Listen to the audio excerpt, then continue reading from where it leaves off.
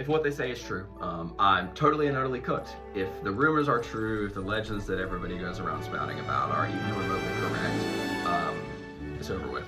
I'm done. Because if they do, in fact, wake up in the morning feeling like P. Diddy, I have a mere moments to live. Hello, chat. It is somewhere between 4 and 5 a.m. on Alex time. And we're doing a double homage today, you and I. We are paying our respects, not only in one way, but in 2 ways. We are doing a late night live commentary for one, as well as a discomfort zone.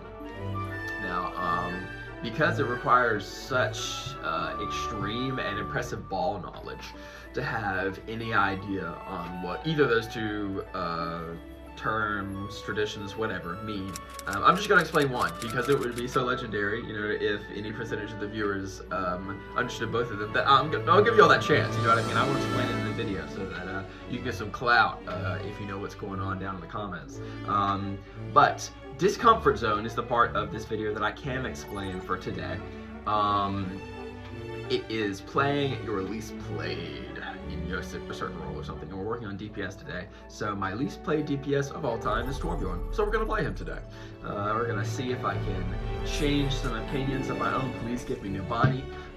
See if I can come to any realizations, whatever. Now, I've secretly wanted to play Torbjorn for a little while because I've heard he's a good Sombra counter. So I am under a double thunderstorm tornado watch right now. So if you get any sort of external wind and weather ASMR in the background, you know, I was about to match his freak chat. I was about to hop in his taxi and get thrown off the map.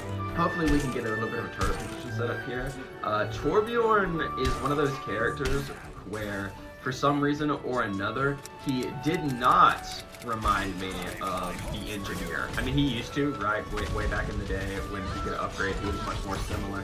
But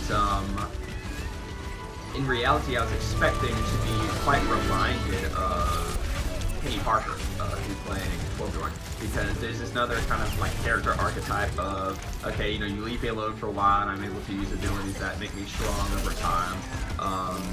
But I didn't really get that from Torbjorn quite as much as I did from Penny and the Engineer, because I mean the turret's up. You see what I mean? Like I can't upgrade that thing. There's no real like growth period for Torbjorn. You either have the cooldown for the weapon or you don't. We're gonna do it. The scenes in Yada Ogre is actually really quite interesting because way back when Overwatch was still getting teased and released, way back before it was even out, I saw some of the trailers, and I was actually one of the first in my kind of group of high school age, I guess, friends to pick up on the game and understand that that's something I might want to check out. And anyway, long story short, the reason that I wanted to play Overwatch, the reason I downloaded the game, is I always loved Reinhardt throughout that process, and it took me just a little bit of time to really come to a realization of how cool the character design Roadhog is. Ashe, everybody. There's no point in playing any other duelist so long as we have Ashe in the game. I liked playing Roadhog much more than my teammates like to be playing Roadhog.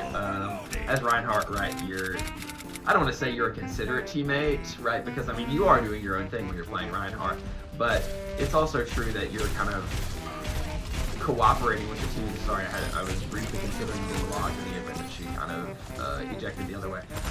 Briefly considering locking in something that can hopefully be a little bit more team-oriented, because, I mean, you're getting damage blocked for something other than just shielding yourself, you know what I mean? Which teammates appreciate. And there's something to be said about doing what your teammates appreciate, because when your teammates are okay with your being there, things like strategy kind of come a little bit more easily. I'm not necessarily saying that it should be that way, but it is that way either way. So ultimately what we're going to do here is hopefully oh wait, what about a secret Torbjorn spot? What about this?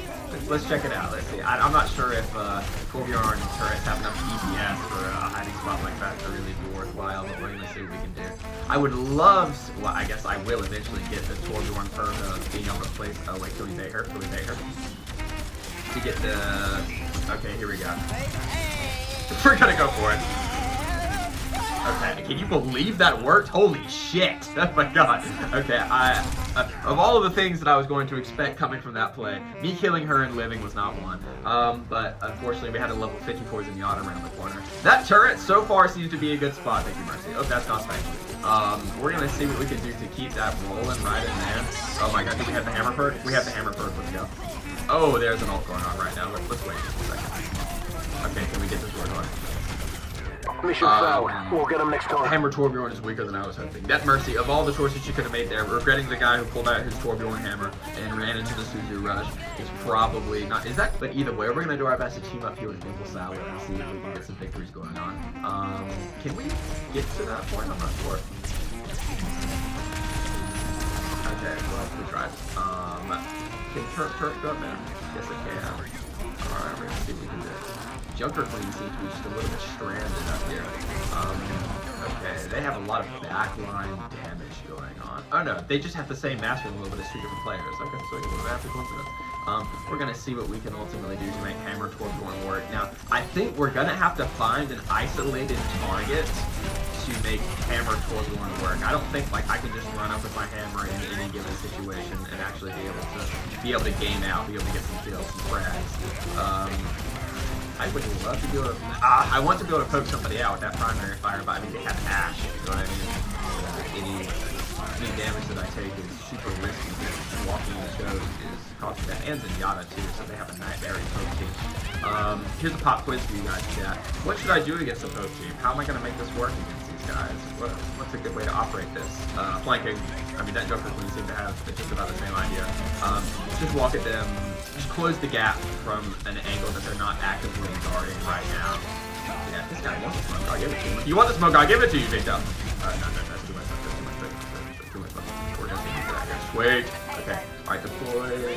Yeah, I really want that to Can he be killed through that? Yes, he can. Sweet. Okay, chat. Where's a goated Torbjorn turret spot? Let's see what we can do. We're gonna go up here.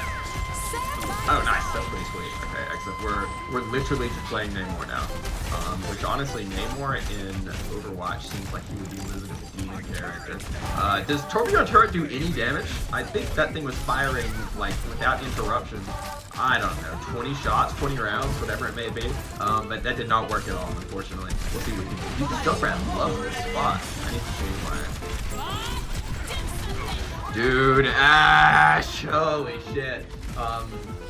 I think whenever you kind of have a specific character in mind, goddamn, whenever you have a specific character in mind, it's important to make them with weaknesses in mind. And Ash's reload is really only weakness on paper because that woman has 12 shots.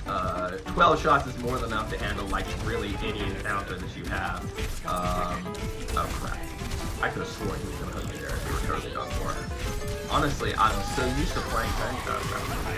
I'm so used to playing tank that I'm really used to having a lot of survivability, right? I'm used to having what in the world is the plan there? I'm used to having some type of damage reduction, some type of, I don't know, self-sufficient dash, whatever.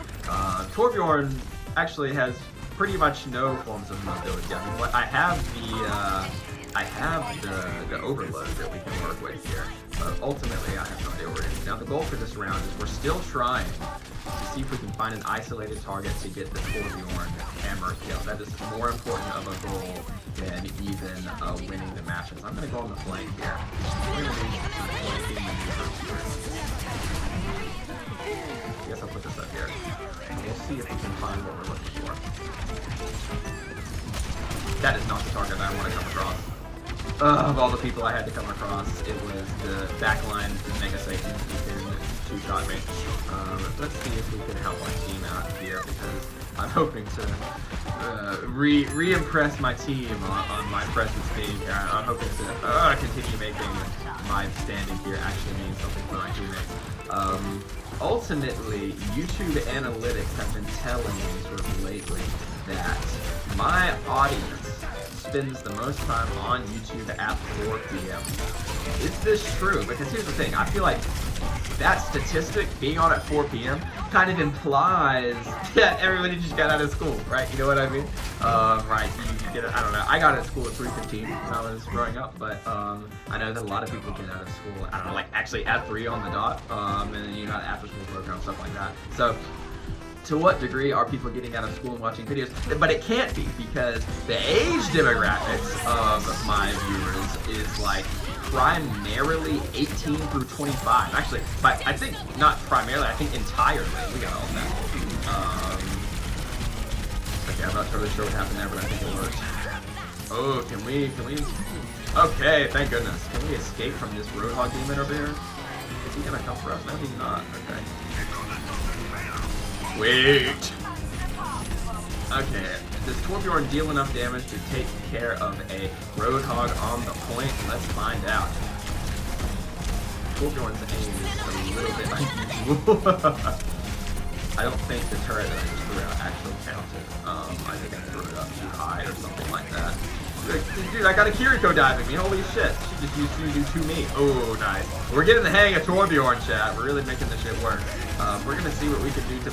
I know that Torbjorn's got the whole shotgun and everything, but I feel like these, like, stomp boogers that I'm shooting at people do some serious poke damage. I feel like I'm making it work up in here. I can't believe that turret can shoot him from there. Okay, go to turret spot. I wonder, will we be able to hold this final point solely on the premise of running a really impressive turret spot? Let's see what we can do. Now that spot's good. Can I get it right here? Yes! Is that good? Can that thing see? I don't know how the sight line of that works. We can do it. Never mind. She has, oh, I just pressed triangle. Okay, well, I'm just a genius tactician. Hey, I was trying to solve the point, you know what I mean? I mean, obviously, there's a little strategy going on there. Anyway. So, first impressions on Torbjorn. He feels like a poke character.